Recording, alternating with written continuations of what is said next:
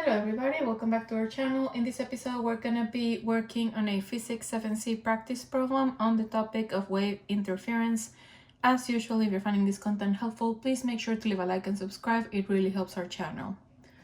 Okay, so this is the problem that we're gonna be working with. So two speakers emitting 170 Hz sinusoidal sound waves are placed 4 meters apart, as shown in the figure below. At point A, located 1.5 meters to the right of speaker 1, you observe constant constructive interference. Part A, what sort of interference would you observe at point B, located 1 meter to the right of speaker 2? Show your work. Okay, so as you can see, I have a little picture over here, and I didn't draw a phase diagram this time because I think that, you know, they're very useful, but eventually you kind of have to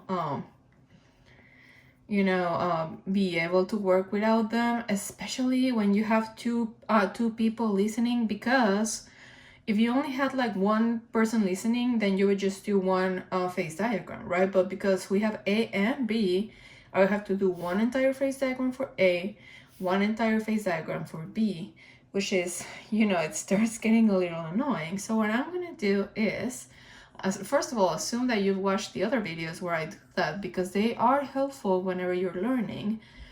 But I'm gonna go ahead and just use the final equations and just work with the equations on this problem, see how that goes. So before we go into that, the first thing that I have to do is what I usually do, which is just find lambda. So lambda, you know, velocity divided by frequency, except this velocity is the velocity of sound, and the quiz itself does tell you in the PDF, which by the way is link is down in the description below, that the speed of sound and air is 340 meters per second, and we have 170 hertz. So this is, oh, it's just divided by 2, right? So this is equal to 2 meters.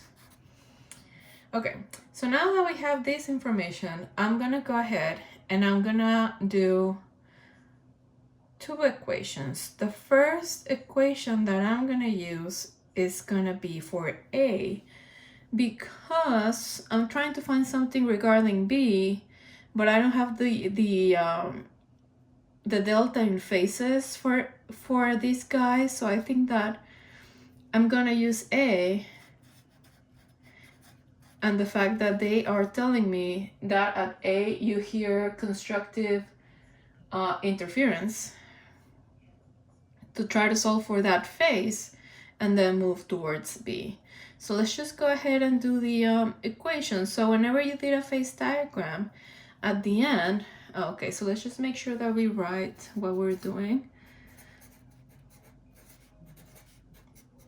So at this point we are at A, so this is for point A.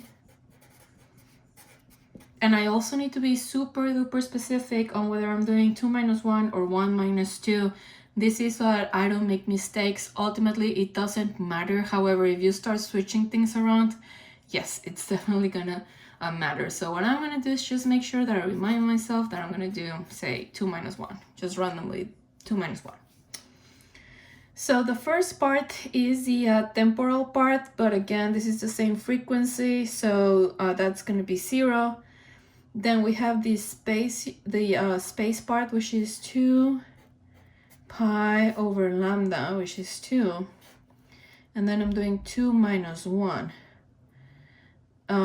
Distance from speaker 2 to A, that will be 4 minus 1.5.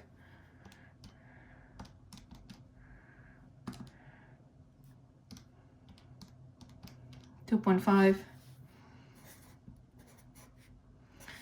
2 minus 1, so 1 would be the distance from speaker 1 to A, so 1.5. And this is equal to 1. Now the phase differences, again, it's very important that I do 2 minus 1. And this has to be giving us constructive interference. So constructive, we know that this is 2, and pi must be a multiple of 2 and pi. Okay, so let's simplify a little bit. So 2 cancels out. This subtraction is equal to 1 over here, and we have a minus, so all of this is just equal to negative pi. And then you have your subtraction, which is what we want. So your subtraction must be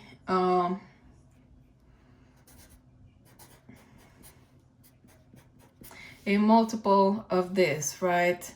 So now let's just say, you know, we can substitute a bunch of numbers. So for n is equal to 0, then our delta would be equal to pi.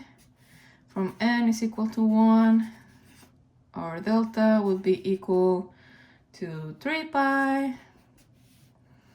For n is equal to minus 1, delta would be equal to negative pi, and then negative 3 pi, negative 5. So it's multiples of odd numbers of pi, right? Okay, so now we have our difference in phase constant. So it's just basically a multiple of odd numbers of pi. So now, you know, I'm just gonna select one to work with. All of them are gonna work, and I'll show you why in a second, but I'm just gonna go ahead and, you know, say that I'm just gonna pick n is equal to 0, and I'm gonna say that this is pi. But again, whatever you wanna pick is gonna work. I'll show you why in a second. So now that we have what this value is, we need to start over. But we need to start over from the perspective of b. Because now, you know, we're interested in knowing what's up with b. So now I'm gonna do equation for point B, and you know, I'm just gonna do 2 minus 1 again so that I don't have to flip this answer. So my first term is negative 2 pi over 2. Distance from 2 to B is equal to 1 minus distance from 1 to B is equal to 4 plus 1, so 5. Like this. And then this delta is pi, so I'm just gonna do plus pi. And I don't know what this number is. So like basically if it's a multiple of 2 pi, then it's constructive. If it's a multiple of odd numbers of pi, then it is destructive. So let's just simplify. 2 goes away, and then we have negative 4 with a negative over here, so that would be equal to 4 pi plus pi. So this is equal to 5 pi. And 5 pi is it's odd, right? So it's a multiple. How do we write this? Let's just say it's a multiple of 2n plus 1 times pi, right? So it's a multiple, actually n is equal to, but like who cares? What we care is a multiple, therefore B is a point of constant, destructive interference. And there we go, final answer. So this is basically how you would do it without a chart, you know, so long as you have your so long as you're mindful of what you're doing. I always write this down because then I just start getting very confused and like signs start to get flipped. And again, if you so long as you're consistent, they should be fine. But if you start flipping signs, well then of course your answer is just not going to be the right answer. But yeah, so this is basically how you would do it with an equation. So now we're going to move on to part B, which let me just write the info So for part B, let me just read it. You measure the intensity of sound at point A to be 75 decibels when both speakers are playing. Okay, so 75.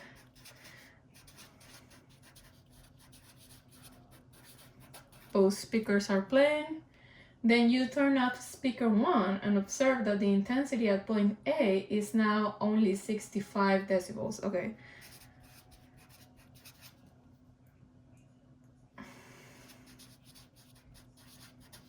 So this is only from speaker 2 because you turned off speaker 1.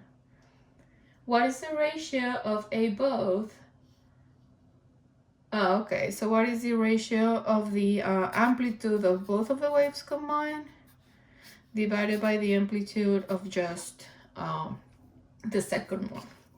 So we have basically two scenarios. On the first scenario, both of them are turned on, and this person over here hears 75 decibels of sound.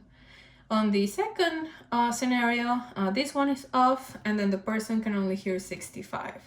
So basically, based on this information, they would like to know what the ratio of the amplitudes is. Not a number, but just the ratio. So for this part, we're actually going to go to our, our decibels equation, the only equation that we have that uses decibels pretty much, which is this one.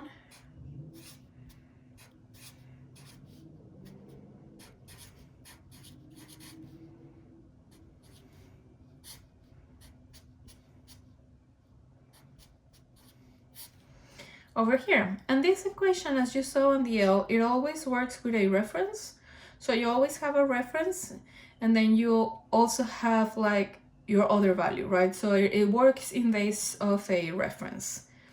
Now, in this case, what I want to find is, let me see. What I would like to find is this ratio over here, because I also know from the L that intensity and amplitude are related to each other in this way, right? So if I find this ratio, then basically all I would have to do is take a square root, and then that would be the ratio of the amplitudes.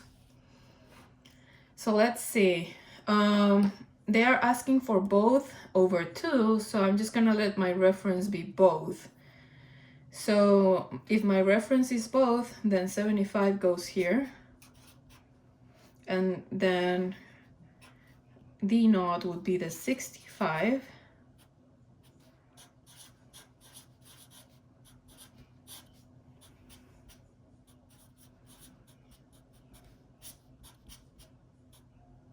And then this is for speaker 2 only, like this.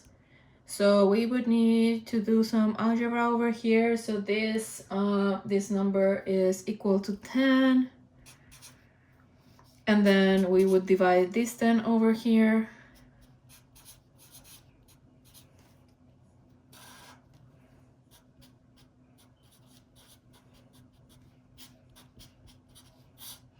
Okay, so like this. So this, so this is equal to 1. So then basically if you use algebra, this is equal to 1, and then if you use log 10 of this, then you're gonna get that if you divide both of them. Feel free to use a calculator for this. Just remember it has to be base 10, so you need to change it. Your calculator is gonna do a natural base, but if you actually do it on base 10, you'll see that this is 10 to the 1, so then this answer is just equal to 10 over here. But now this isn't the final answer, because my final answer, we want amplitudes. But that's fine. I mean, that's pretty easy to just take a square root, because if this is true, then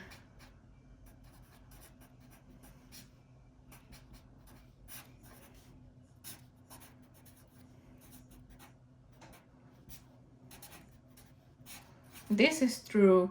So basically what I have to do is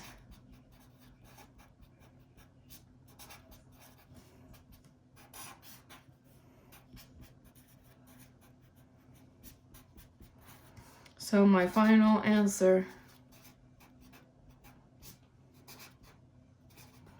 is just equal to square root of 10, whatever number that is. Final answer. Okay, so a little easy third part to this problem, but otherwise I think it was pretty okay. This is the end of our problem, so if you guys have any questions, please make sure to ask. I really appreciate you hitting that like button. It really helps promote our channel, and I will see you guys on the next video.